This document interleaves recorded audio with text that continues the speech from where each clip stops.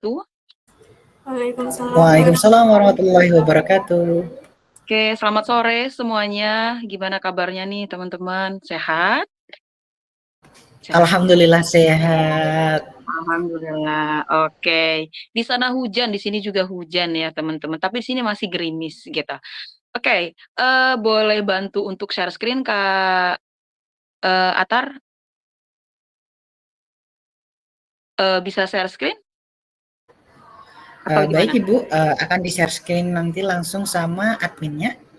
Oke, silakan. Oke, sambil menunggu share screen nih teman-teman. Aku punya pantun. Ini kita panggilnya biar lebih akrab gitu ya. Aku nggak pakai saya, tapi aku pakai aku. Kemudian teman-teman panggil saya atau panggil aku ini nggak usah ibu, nggak apa-apa. Panggil aja kakak, biar kita seumuran, ya kan? Oke, biar kita seumuran jadi kelihatan lebih muda ya. Jangan panggil saja Kak Elis, boleh gitu. Karena di CBBI itu biasanya kita panggilnya Kak Elis. Makanya aku tadi panggil Kak Atar karena memang Kak Atar ini salah satu volunteer di CBBI. Jadi aku panggilnya kakak gitu ya. Oke, kalau aku bilang kalau aku bacain puisinya, jadi teman-teman bilang cakep ya. Oke, boleh di on mic-nya boleh. Aku bacain ya. Beli es kelapa di Pulau Maluku. Cakep. Cakep. Oke. Diminum sambil nyemil kuaci. Cakep. Kalau nanti materi saya kurang lucu, tepuk tangan aja, pura-pura apresiasi. Oke. Oke. Lanjut, Boleh Kak, boleh. satu lagi. Burung gereja terbang berputar. Turunin. Cakep. Oke. Mampir sebentar di pohon rambutan. Cakep. Oke. Mohon maaf kalau saya bicaranya berputar-putar. Soalnya materi ini rumit, kayak hubungan tanpa kepastian. Ih, cakep nggak? Boleh banget nih Kak. Oke, nah itu pantun awal pembuka aku ya teman-teman, supaya teman-teman terpacu nih untuk menyimak sesi terakhir pada sore hari ini. Udah mas sore, terakhir, hujan pula, lengkap sudah ya teman-teman ya. Di sini kita santai aja, jadi jangan terlalu formal ya teman-teman, santai aja tapi dapat apa yang nanti disampaikan. Oke, di sini kita akan bahas bedah CV akademik dan CV profesional bersama saya tentunya. Panggil aja Kak, jadi Kak Elis Munawarah. Oke, lanjut moderator. Lanjut ke slide selanjutnya. Nah, teman-teman, di sini izinkan aku untuk memperkenalkan diri dulu ya. Nama aku adalah Elis Munawaroh. Aku biasa dipanggil Kak Elis gitu ya, atau Miss Elis gitu. Kemudian aku adalah alumnus dari The English and Foreign Languages University Hyderabad, India, karena aku S2 aku di India, tapi S1 di Indonesia ya teman-teman. Kemudian aku adalah seorang English teacher juga, dan makanya aku bilang tadi aku bisa dipanggil sebagai Miss Alice boleh gitu karena aku English teacher. Kemudian aku juga adalah director dari PT Cipta Belajar Bersama Indonesia. Ada yang udah kepoin belum nih Instagramnya? Instagram CBBI itu kok banyak ya, ada berapa Instagram CBBI ya gitu. Kalau udah kepoin teman-teman nanti boleh kita sharing-sharing. Nah, coba dilihat teman-teman. Kenapa jadi teacher? Kenapa udah mah jadi teacher? Juga jadi direktur. Nah, kok bisa sih? Ada yang bertanya nggak? Ini teacher apa direktur ya? Udah mah teacher, direktur PT pula. Ini gimana sih sebenarnya? Lanjut moderator ke slide selanjutnya. Nah, teman-teman, eh kenapa akhirnya aku gitu ya itu memiliki CBBI atau kepanjangannya adalah Cipta Belajar Bersama Indonesia. Kalau yang nggak kelihatan boleh di zoom ya teman-teman karena saya pakai HP teman-teman ya. Nah CBBI itu teman-teman mulai dari websitenya dulu. Jadi foto sebelah kiri dari saya ini itu adalah website dari CBBI. Silahkan untuk diklik di Google www atau www.cbbindonesia.com. Itu website kami, silahkan dilihat, dikepoin gitu ya. Silahkan semua informasi itu ada di situ mulai dari kapan berdiri sampai dengan program-program yang kita laksanakan. Baik itu online, offline, gratis ataupun berbayar. Nah, lanjut ke foto selanjutnya. Di sini ada foto yang berlogo warna hijau cbb.indonesia. Itu adalah wadah untuk teman-teman mencari ilmu, untuk teman-teman volunteer, juga untuk teman-teman berkontribusi gitu ya, untuk membantu masyarakat Indonesia atau membantu pemuda-pemudi Indonesia untuk menggapai mimpinya secara gratis gitu.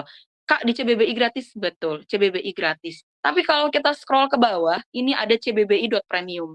CBBI Premium itu adalah premium dari CBBI Indonesia, CBBI Indonesia. Jadi ada 2 logo teman-teman yang warna hijau, selalu gratis. Tidak akan pernah berbayar di situ karena semuanya gratis gitu ya. Yang masuk ke dalam grup kita itu ratusan orang gitu ya. Jadi kalau teman-teman nanti, Kak, di situ lagi bukaan bimbingan beasiswa apa ya gitu. Nah, kok jadi yang saya masuknya ratusan orang? Memang teman-teman bisa sampai 1000-an lebih bahkan gitu yang masuknya ya. Jadi harap maklum karena di situ memang gratis, jadi semua orang berlomba-lomba. Nah, yang di bawahnya itu adalah premium, di mana teman-teman di situ biasanya sesi one on one. Silakan dikepoin aja Instagramnya. Oke, karena aku di sini juga adalah membawa atau mewakili dari CBBI, jadi aku pengen kenalin dulu nih CBBI itu apa sih gitu ya. Nah, mulai dari background. Sebenarnya, kenapa akhirnya CBBI kok bisa menjadi suatu PT, sedangkan saya adalah seorang guru, gitu kan. Saya juga seorang dosen, gitu. Kok bisa sih mempunyai banyak sekali kerja sampingan, termasuk jadi direktur PT, gitu kan. Mulai dari background nih teman-teman. Background saya itu dulu ketika saya S1, saya kebingungan untuk mendaftar suatu beasiswa. Ketika saya mau daftar beasiswa AAS sama beasiswa India, ICCR India, saya tuh kebingungan gimana caranya saya mendapatkan suatu beasiswa, step apa dulu yang perlu saya kerjakan, apa dulu yang perlu saya persiapkan. Ini saya kira adalah masalah semua orang, bukan cuma saya. Karena saya berdiskusi dengan teman-teman saya yang sama-sama apply S2, S3 ke luar negeri, itu mereka menghadapi hal yang sama, gitu. Berangkat dari hal ini, karena pada saat itu saya merasa kebingungan dan akhirnya adalah ada orang yang membimbing saya, yaitu dosen saya, alumni dari kampus tersebut. Untung ada alumni dari kampus tersebut. Coba bayangin teman-teman di sini yang mungkin dari UIN Salatiga kemudian mau ke beasiswa AAS, Australian Award Scholarship misalkan. Ih, itu kan susah beasiswanya. Susah karena kamu belum pernah coba. Itu aja. Susah karena kamu belum pernah coba. Coba kalau coba, kemungkinannya 2, diterima atau nggak diterima. Kalau nggak nyoba, kemungkinan cuma 1, nggak diterima, dan itu sudah pasti. Itu yang menjadi background saya, kenapa akhirnya saya membangun CBBI, gitu. Awalnya CBBI itu adalah suatu komunitas.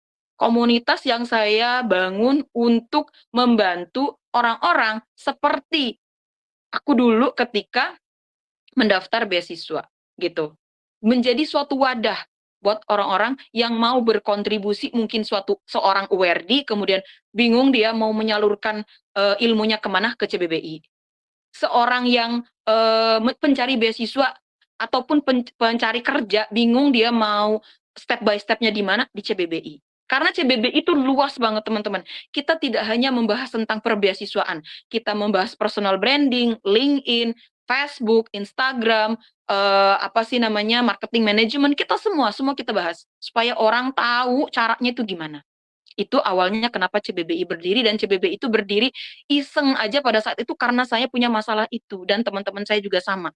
Tapi saya memang berinisiasi sendiri sehingga CBBI itu saya legalitaskan menjadi suatu komunitas gitu. CBBI itu punya 2 legalitas, menjadi suatu komunitas dan menjadi suatu PT. Kenapa akhirnya CBBI menjadi PT?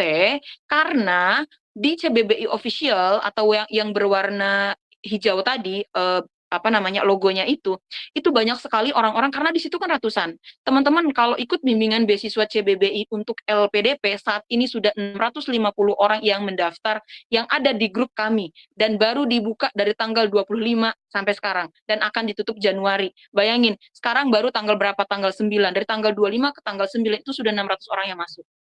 Dan kita maksimal 700 orang saja, gitu. Karena kita nanti akan diplot-plotin dengan beberapa kelompok. Itu sudah 700 orang, gitu teman-teman. Jadi banyak sekali orang-orang ternyata yang pengen gitu kalau itu gratis. Kemudian yang gratis ini bilang ke admin bahwa, Kak, gimana kalau ada sesi one on one? Oh, boleh juga ya, ini menjadi peluang kan akhirnya gitu. Dari yang iseng, dari yang punya masalah sendiri, menjadi suatu peluang bagi kita. Makanya CBBI juga dilegalitaskan sebagai suatu PT gitu di tahun 25, di awal 2025 gitu. Dan alhamdulillah CBBI sekarang itu kerjasama juga dengan kampus-kampus luar. CBBI mengembangkan atau mengepakkan sayapnya juga nggak cuma kerjasama sama kampus-kampus di Indonesia. Kami mengirimkan exchange student, misalkan teman-teman dari UIN Salatiga nih, atau di sini ada dari kepala di UIN Salatiga gitu ya. Oh, UIN Salatiga mau exchange student gitu ke salah satu kampus mitra CBBI, itu boleh teman-teman. Sampaikan saja ke admin, nanti admin buatkan MOU dan lain sebagainya, ada syarat-syaratnya, nanti kami kirimkan keluar, nanti teman-teman bisa langsung berkoneksi, kemudian langsung exchange student, exchange staff, kemudian cultural exchange, itu ada semua, gitu ya. Jadi kami punya kerjasama itu di Turki, di Polandia, di Malaysia, sama di Korea. Kami baru 4 teman-teman, 4 tempat, gitu ya. Ini kerjasama ini berjalan, maksudnya tuh kami dapatkan itu dalam kurun waktu 3 bulan ini. Baru loh teman-teman, nggak terlalu lama gitu loh. Dan CBBI juga baru berdiri, bisa banget kan teman-teman. Dan ini menjadi peluang bisnis untuk teman-teman kalau misalkan mau berbisnis gitu ya. Jadi mulailah dari apa yang memang kamu ketahui. Mulai dari apa yang memang paling kamu ketahui. Jangan mulai bisnis kayak, aku mau bisnis kosmetik, tapi kamu nggak tahu caranya untuk berdandan. Aku mau bisnis risol misalkan, tapi kamu nggak tahu rasanya risol yang enak dan yang nggak enak tuh gimana. Bumbunya tuh seperti apa, kamu belum pernah coba. Jadi gali sesuatu hal dari apa yang kamu tahu dan apa yang kamu punya. Kalau kamu bisanya cukur rambut, mulai dari situ. Gitu. Abaikan dulu untuk mendapatkan uang, nanti uang akan datang sendiri. Berapa lama ya? Teman-teman setahun lah mungkin. Itu paling lama ya, gitu. Kemudian seperti saya bilang tadi, program di CBBI itu ada yang berbayar dan gratis gitu. Kenapa saya jelaskan CBBI? Ya karena saya bagian dari CBBI dan mewakili CBBI juga. Gitu ya. Jadi ingat teman-teman, mulailah bisnis dari hal yang paling kamu ketahui gitu. Lanjut Kakak moderator. Oke, coba di sini aku mau tanya dulu. Ada nggak di sini, boleh angkat tangan ya teman-teman, atau teman-teman mau tulis juga boleh. Ada nggak di sini yang kuliahnya sambil kerja? Boleh ditulis. Ada nggak di sini yang kuliah sambil berbisnis? Atau yang kuliahnya juga masih semester 5, tapi udah cari-cari nih peluang untuk S2. Ada nggak? Dalam negeri atau luar negeri. Atau aku mau gas nikah aja deh. Ribet banget kayaknya, udah nikah aja gitu kan. Nah, ada nggak coba? Teman-teman. Kalau saya dulu sambil kuliah, sambil berbisnis. Saya bisnis online dulu. Tas, sepatu gitu. Gitu. Itu saya dulu. Gitu ya. Oke. Nah, untuk hal 4 ini termasuk nikah. Kak, nikah ada CV-nya nggak sih? Ada, teman-teman. Kalau mau cari yang sesuai sama kriteria, teman-teman harus punya CV. Ya, guys. CV-nya sama atau beda kira-kira? Coba kita lihat, geser, Kak. Lanjut. Nah, teman-teman, di sini kita akan masuk ke materi yang memang kita tunggu-tunggu, yaitu materi CV profesional sama CV akademik. Apa sih sebenarnya bedanya? Sebenarnya mungkin teman-teman kalau lihat di Google atau kalau lihat di YouTube atau di apapun itu, mereka perbedaannya pasti signifikan, gitu ya. Kalau CV profesional ya tentu untuk melamar kerja. CV akademik ya tentu untuk teman-teman melamar beasiswa gitu ya. Atau juga teman-teman mau jadi asisten profesor, itu biasanya teman-teman bisa banget untuk kok hilang ya? Bisa banget teman-teman untuk ngelamar itu gitu. Jadi CV profesional sama CV akademik itu beda jauh gitu ya. Nah, CV profesional itu yang lebih diunggulkan itu apa sih sebenarnya gitu. Nanti di akhir teman-teman akan saya show CV saya, tapi CV-nya CV profesional ya. Karena CV akademik saya cari itu udah nggak ada. Karena saya daftar beasiswa itu udah cukup lama ya teman-teman. Jadi saya nggak ada CV-nya gitu. Adanya saya CV akademik nanti saya show di akhir gitu. Gimana Kak moderator? Bisa berbagi atau ada masalah?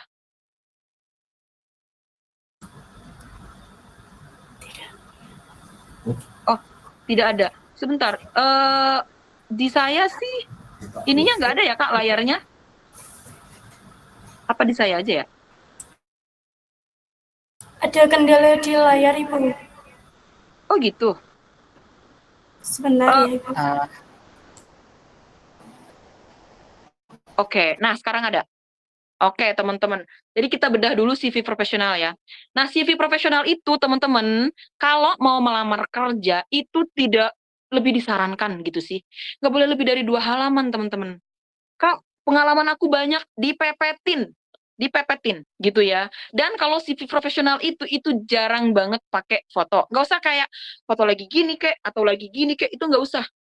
Kalau di CV profesional itu biasanya kosong, fotonya nggak ada. Lebih ke ETS dia ya, CV-nya. Oke, jadi cuma 2 halaman itu paling maksimal banget. Karena mereka pelamarnya banyak dan mereka nggak akan melihat itu. Gitu. Coba kalau CV akademik bisa sampai 10 halaman. Gitu ya, banyak banget memang. Oke. Nah, di CV profesional ini teman-teman, isinya fokus pada apa sih gitu. Hilang lagi ya guys, si ininya, apa sih namanya, PPT-nya. Gitu ya. Kalau di CV profesional itu fokus ke pengalaman kerja, teman-teman. Gitu. Jadi pengalaman kerja teman-teman itu dituliskan paling awal. Jangan pengalaman kerja dituliskan setelah education. Kalau kalian mau melamarnya itu adalah melamar kerja, jadi pengalaman kerja itu paling atas.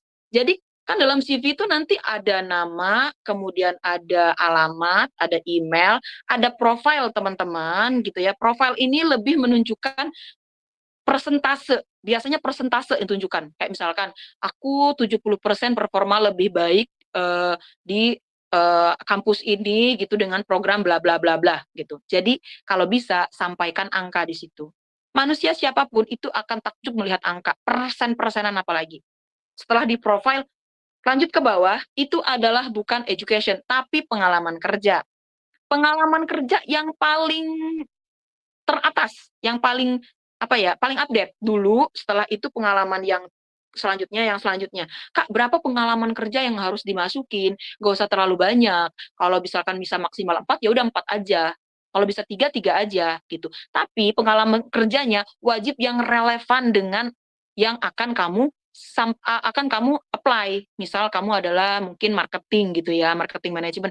Ya udah marketing aja. Meskipun kamu cuma jualan es batu misalkan, tapi kamu dalam sehari itu jualan es batu bisa sampai 30 pieces gitu. Nggak apa-apa, sampein aja. Itu adalah skill kamu. Nggak harus yang gede-gede banget gitu di perusahaan besar, itu nggak harus teman-teman. Gitu ya. Jadi kecil nggak apa-apa tapi berpengaruh dimanapun, baik CV akademik maupun profesional juga sama. Gitu ya. Nah, setelah pengalaman kerja, itu teman-teman nanti baru ke education. Gitu. Kalau teman-teman ada training dulu yang ditulisin. Atau juga teman-teman ada apa sih namanya itu, magang dulu, setelah pengalaman kerja, magang, baru nanti education. Karena education itu nanti, gitu, mereka bisa lihat dari ijazah kamu sebenarnya, gitu ya.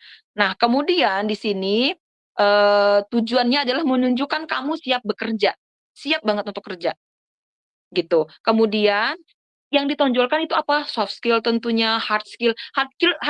Soft skill yang ditunjukkan atau yang dituliskan di situ adalah soft skill yang berhubungan dengan pekerjaan yang akan kamu apply. Marketing management kalau mau marketing, lobbying misalkan gitu. Itu kan berhubungan sama marketing.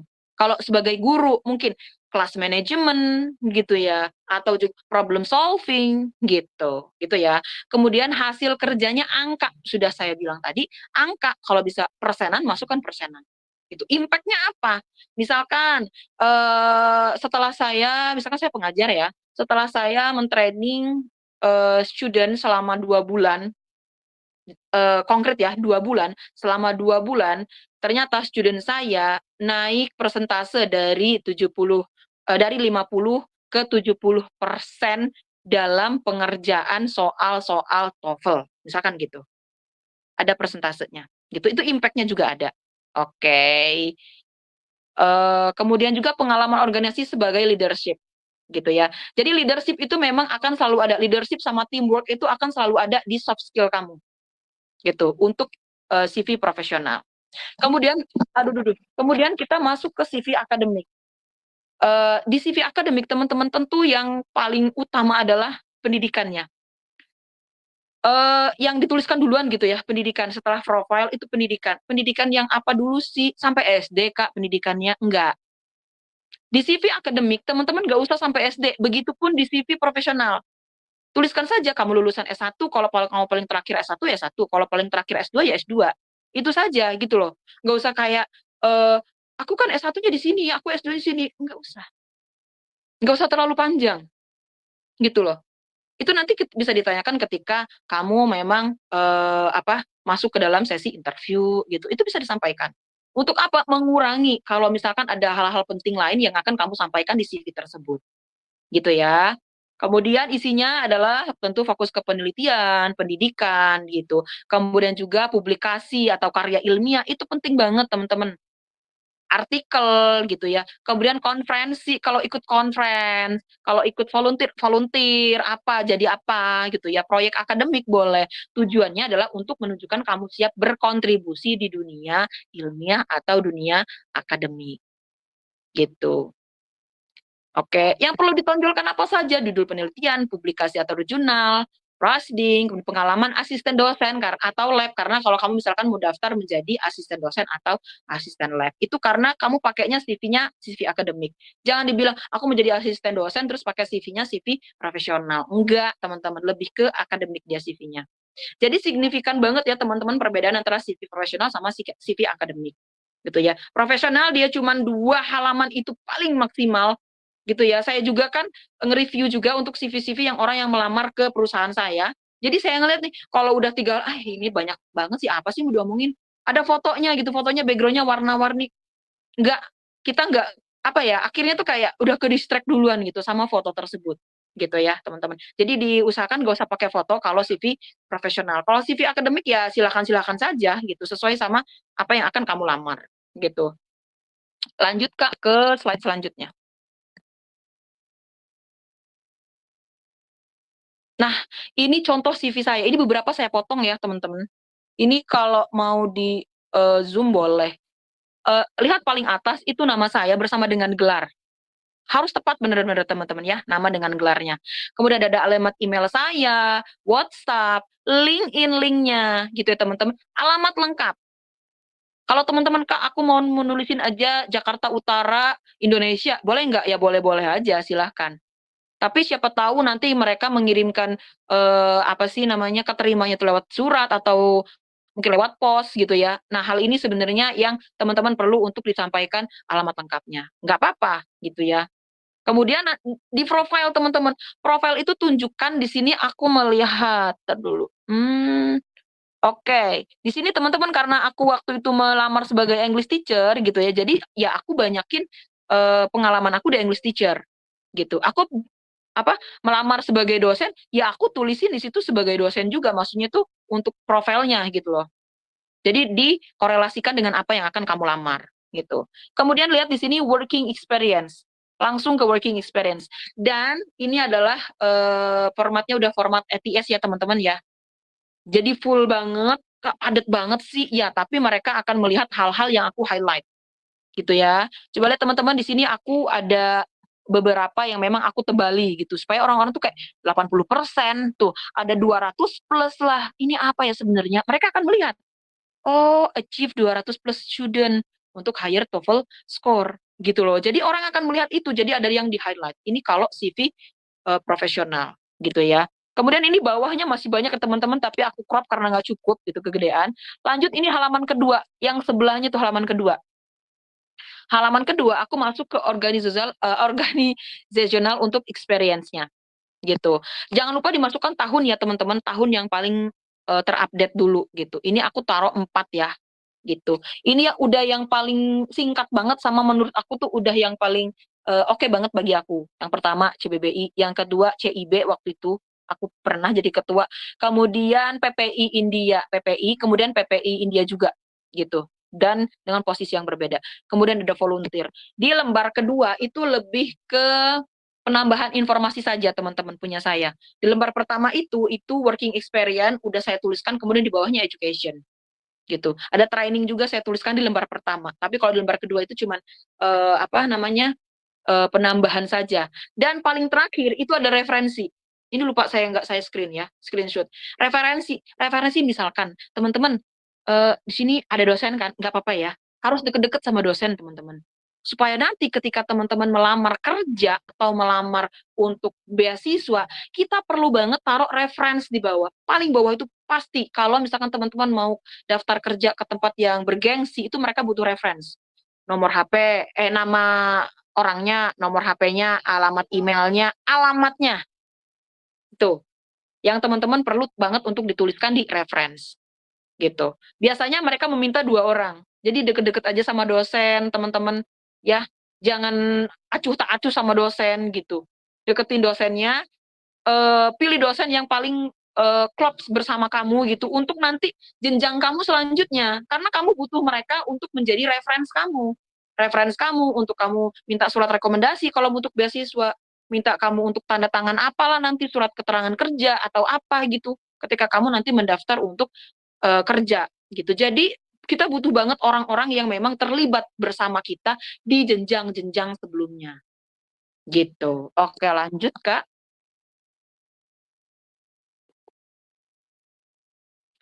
Nah, sebenarnya kapan sih kita menggunakan yang mana gitu ya?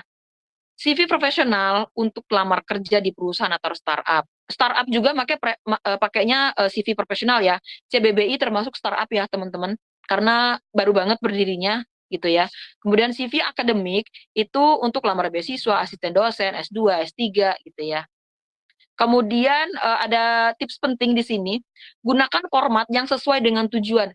Setiap lembaga, baik itu lembaga beasiswa ataupun perekrutan perusahaan, atau outsourcing gitu ya, itu punya kriterianya masing-masing. Ada yang meminta ETS lah, Europa CV lah, terus ada lagi yang CV-nya CV desain gitu.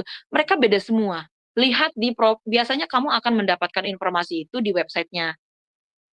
Kak, perusahaan yang aku lamar nggak ada websitenya. Lihat Instagramnya, lihat Facebooknya. Kita kepoin dulu.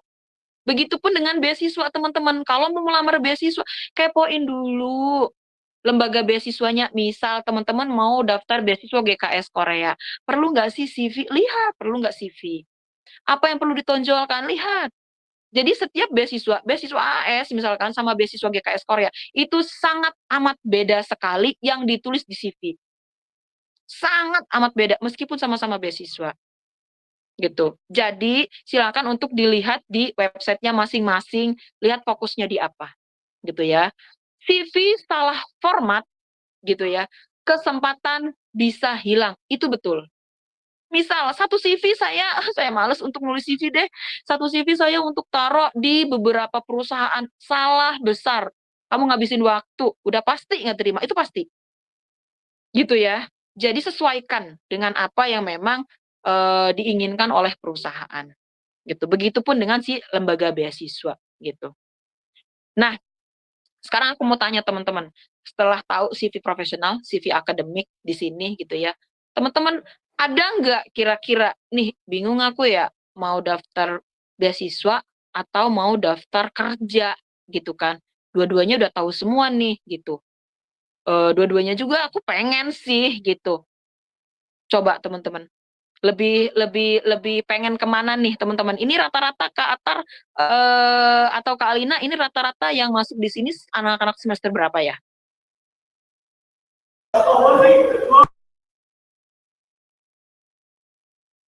Semester 5? Untuk semesternya ini ada berbagai macam sih Kak Elis. Intinya peserta bootcamp ini mungkin ada yang semester 3, ada yang semester 5, ada yang semester akhir, bahkan ada alumni.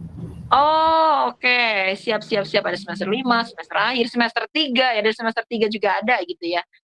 Oke, kalau untuk semester 3 mungkin lebih ke magang ya, teman-teman. Biasanya magang ke startup-startup yang baru berdiri itu mereka buka magang gitu secara online gitu. Bahkan di CBBI sendiri, itu buka kita magang, teman-teman.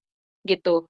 Kita buka untuk si tim desain karena memang tim desain kita kurang gitu. Jadi kita memang lagi buka gitu ya. Untuk teman-teman yang, Kak, aku sekarang lagi mau daftar untuk beasiswa S2 misalkan, ini CV aku udah bener nggak ya? Silakan teman-teman hubungin ke Atar boleh, nanti CV-nya diteruskan ke saya untuk saya koreksi.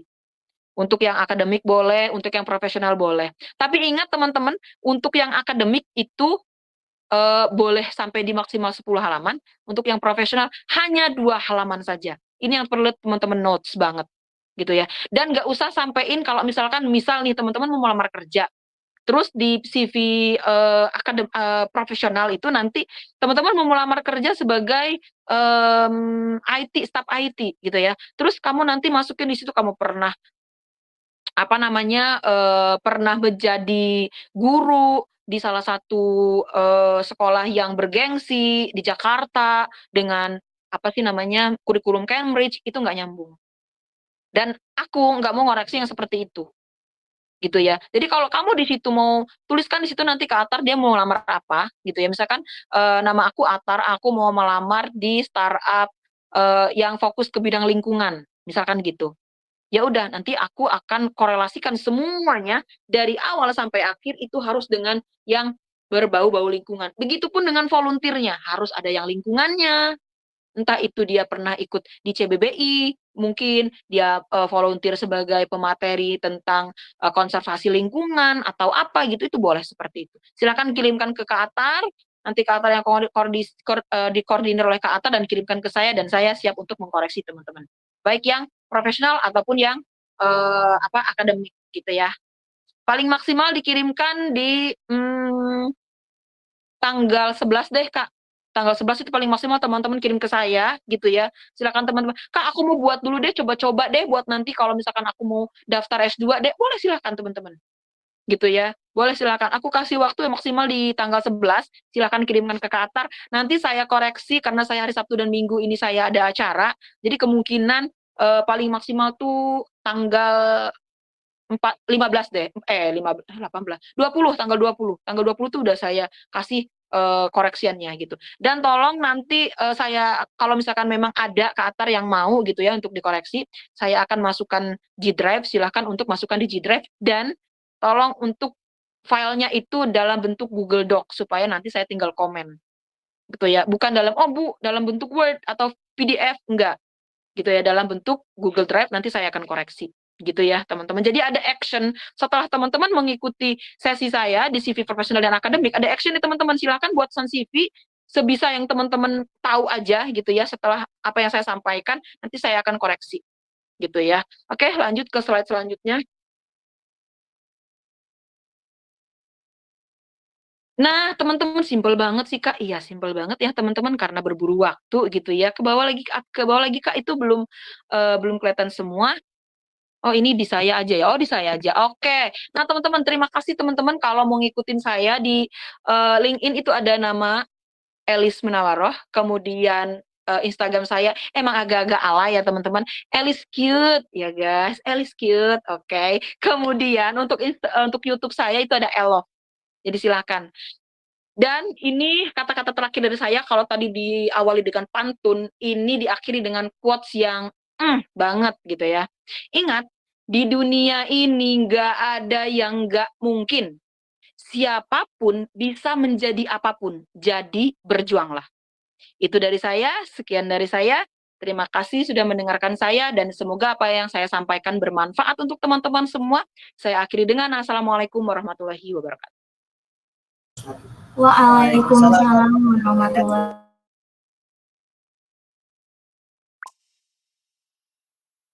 Suaranya nggak ada, Kak. Maaf. Waalaikumsalam warahmatullahi wabarakatuh. Terima kasih Bu Elis atas penyampaian materinya yang sangat luar biasa. Mohon izin sebelumnya, di sini saya Zakia, saya menggantikan Kak Alina karena tadi ada kesalahan teknis dan ada acara di luar.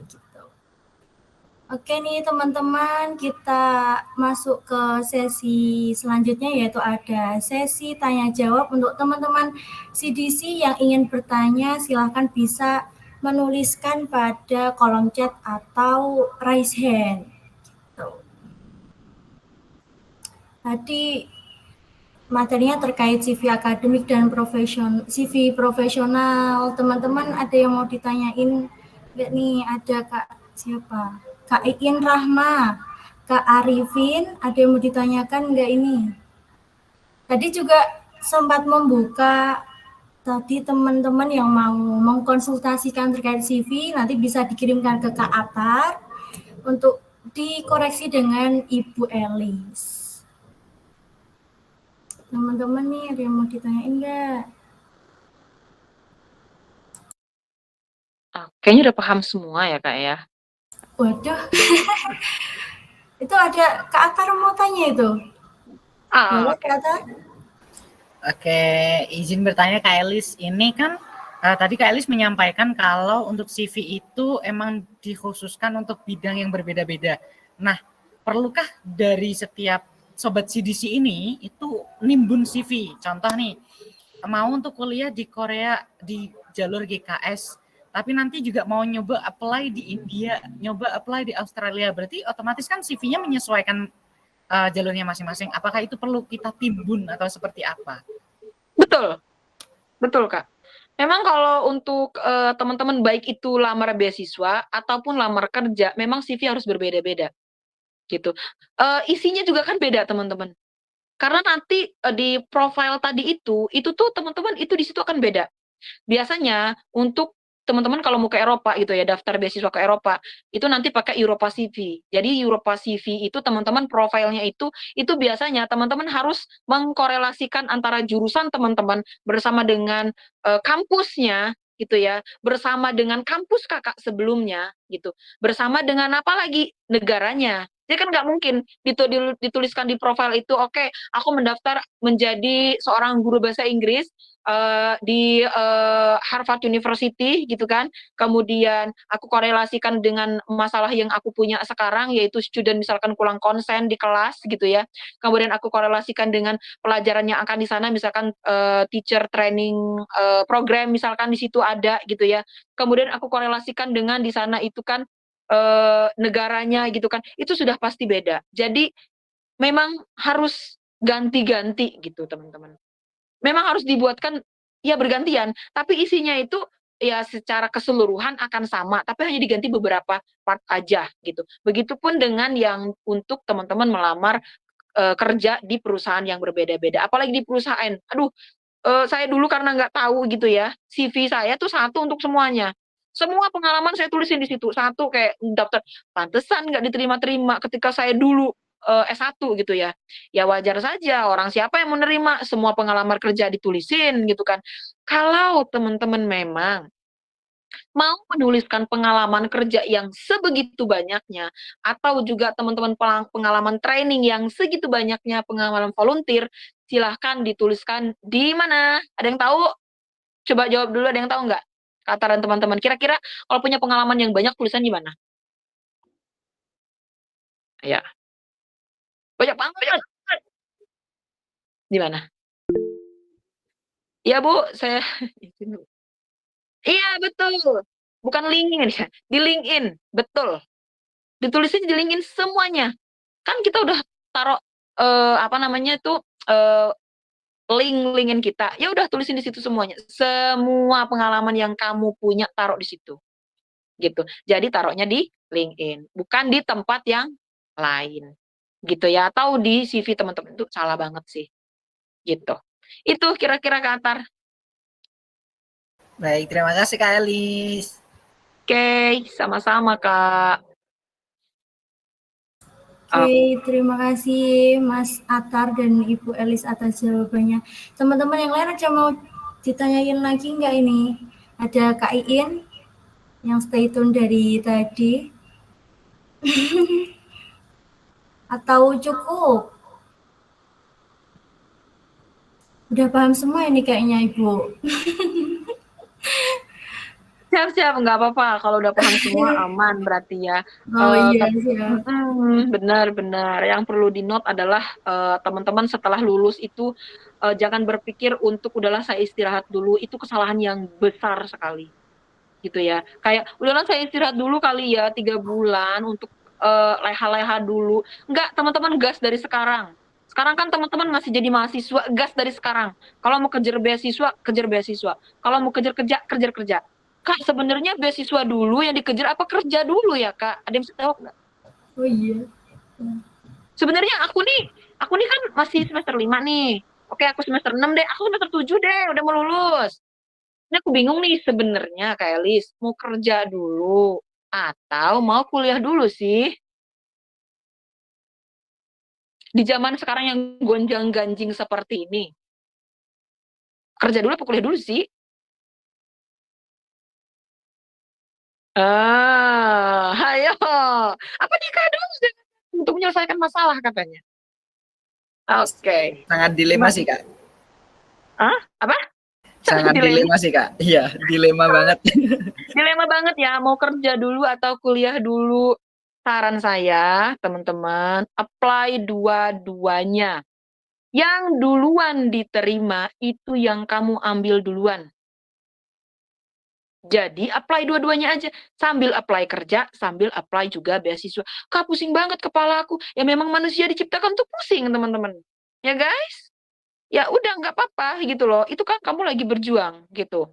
Kak, nanti di bulan Januari ada bimbingan, ada beasiswa YTB Turki nih tanpa TOEFL, tanpa IELTS, terus fully funded, bisa nggak aku daftar aja? Kak, ini nggak harus pakai surat, nggak harus pakai ijazah, bisa pakai SKL, daftar teman-teman. Peluang itu harus diambil, karena kalau diambil itu seperti saya bilang tadi, kemungkinannya dua, diterima atau enggak. Kalau peluang itu nggak kamu ambil, satu doang peluang kesempatannya yang akan terjadi adalah pasti tidak diterima. Daftar aja dua-duanya. Ketika kamu sudah lulus, misal Kak, ini aku masih semester 7, oke lah aku masih daftar dua-duanya, tapi sekarang aku udah lulus Kak. Terus aku kira-kira mau daftar kuliah atau daftar kerja? Lihat keadaan kita. Apakah kita di umur yang udah lulus kayaknya umur 22, 23 itu masih butuh support dana dari orang tua atau kita ada sampingan? Saran saya, kalau misalkan teman-teman baru lulus, itu kerjakan sesuatu hal yang memang skill itu bisa langsung menghasilkan uang. Apa itu? Saya dulu, ketika saya pertama kali lulus S1, saya itu bisa make upin orang sampai make upin pengantin. Itu yang saya lakukan. Nah, gitu teman-teman. Kalau teman-teman bisanya bengkel, ya bengkel dulu aja. Gitu loh. Yang bisa kalian kerjain. Yang penting kalian tidak meminta lagi dana kepada orang tua. Berarti apa dulu kalau gitu? Kerja dulu. Kenapa? Karena dana kamu kurang. Kerja dulu kalau kayak gitu. Tapi kan orang tua aku support dan orang tua aku menyarankan aku untuk lanjut S2 aja langsung. Ya berarti kamu S2. Karena dana kamu ada. Tapi ketika kamu tet lulus, dana kamu bingung, kamu nggak ada tabungan, kamu nggak bisa bertahan untuk makan atau untuk mengikuti gengsimu, ya berarti kerja. Nggak usah lama-lama. Saran aku teman-teman, kalau habis lulus langsung kerja, nggak usah lama-lama kerjanya ya guys. 2 tahun paling maksimal, setelah itu kejar mimpimu. Karena mimpi itu tidak akan pernah hilang apalagi mati. Mimpi itu akan tumbuh ketika kamu sudah tua menjadi suatu penyesalan. Kalau kamu sekarang maunya, aku Kak mau S2 Kak nanti Kak, tapi aku baru lulus S1 aja. Aku sekarang udah PNS Kak, aku udah tenang, aku udah kayaknya gimana gitu. Tapi kok aku ada penyesalan dalam diriku. Kenapa? Karena saya dulu mau S2 tapi saya nggak jadi gitu kan. Karena saya begini begitu, itu akan menjadi suatu penyesalan ketika kamu sudah tua dan kamu udah nggak bisa lagi ngejernya. Jadi teman-teman, kejar selagi kamu bisa, selagi kamu mampu, umur masih bisa, umur masih ada, maksudnya kan beasiswa itu ada beberapa yang memang ada batasan umurnya. Kerja juga sama, gitu ya. Jadi kejar cita-cita kamu, apa yang kamu cita-citakan, karena kalau nggak dikejar nanti akan tumbuh subur makmur menjadi suatu penyesalan di hari tua. Itu dari saya.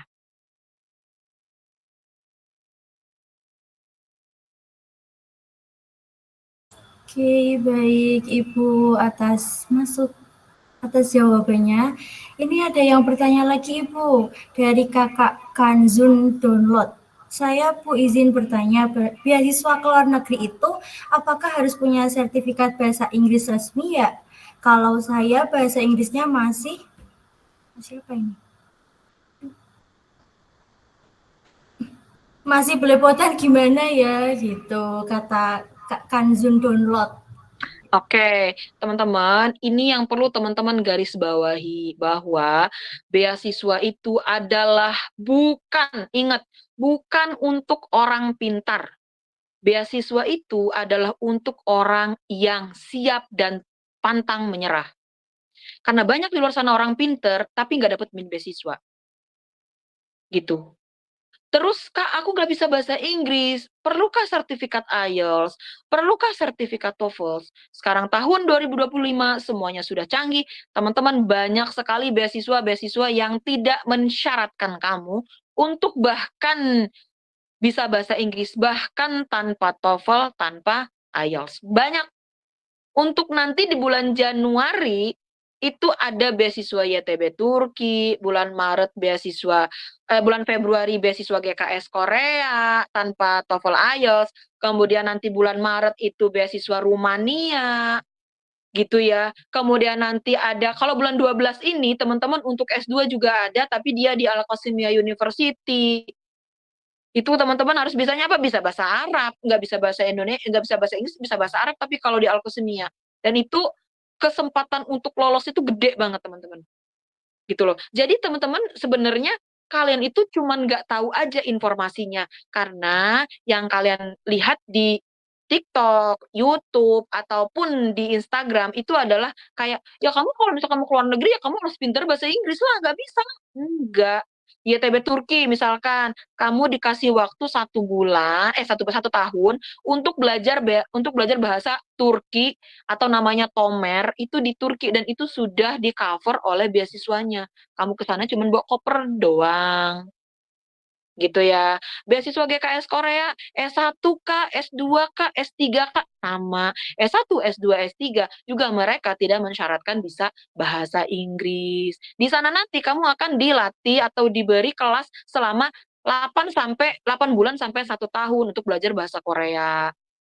Gitu. Student kami yang dari CBBI itu ada yang lolos juga, dia di Mokwan University. Kebetulan Mokwan University ini adalah kampus mitra dari CBBI. Gitu. Dia lolos di situ. Dia juga baru selesai kelas bahasanya. Tahun ini 2025 di akhir ini dia baru mau kuliah. Kalau di Korea, di Turki itu kalian kuliahnya kalau S2 itu 3 tahun karena 1 tahunnya itu adalah belajar bahasanya. Kalau kalian S1 itu berarti 5 tahun karena 1 tahunnya belajar bahasa. Tapi rata-rata di luar negeri itu kuliah S1 itu 3 tahun. Resminya sama bahasa berarti 1 tahun berarti 4 tahun. S3 teman-teman sama juga seperti itu. Gitu ya. Jadi jangan takut, Kak beasiswa Rumania gimana? Sama. Rumania juga kalian akan diajarkan untuk belajar bahasa Rumania selama 1 tahun. 8 bulan deh sampai 1 tahun. Gitu. Tergantung nanti dari programnya.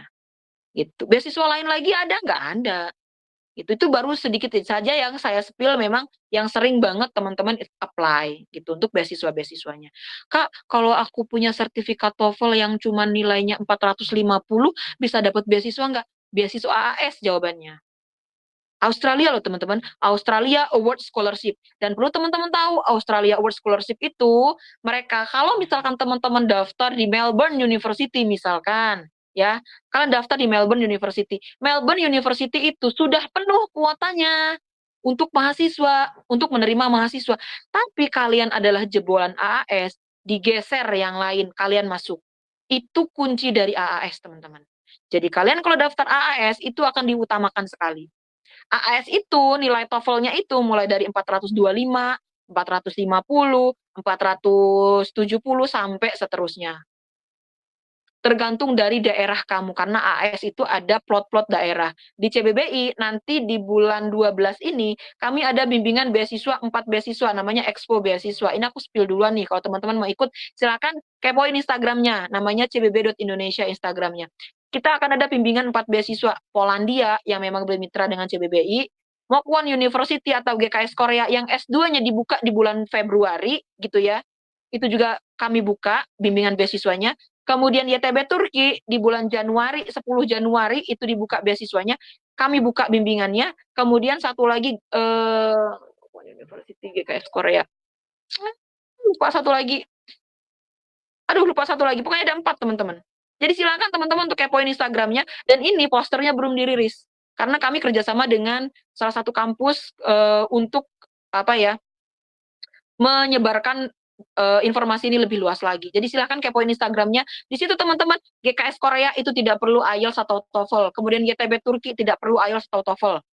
Kemudian Oh, inti Malaysia satunya. Satunya itu untuk apa sih namanya, AAS. AAS TOEFL-nya cuma 425 paling kecil.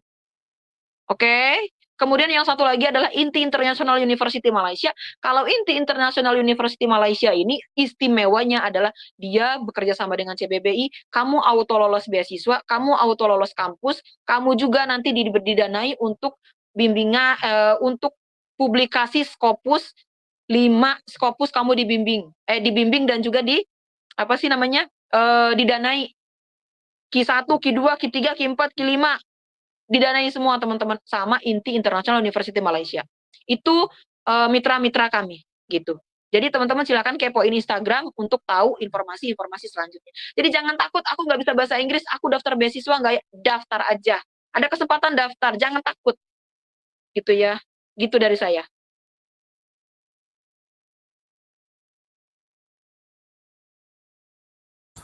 Oke, itu sudah dijawab dari Ibu Elis. Apakah sudah menjawab Kak Kanzun?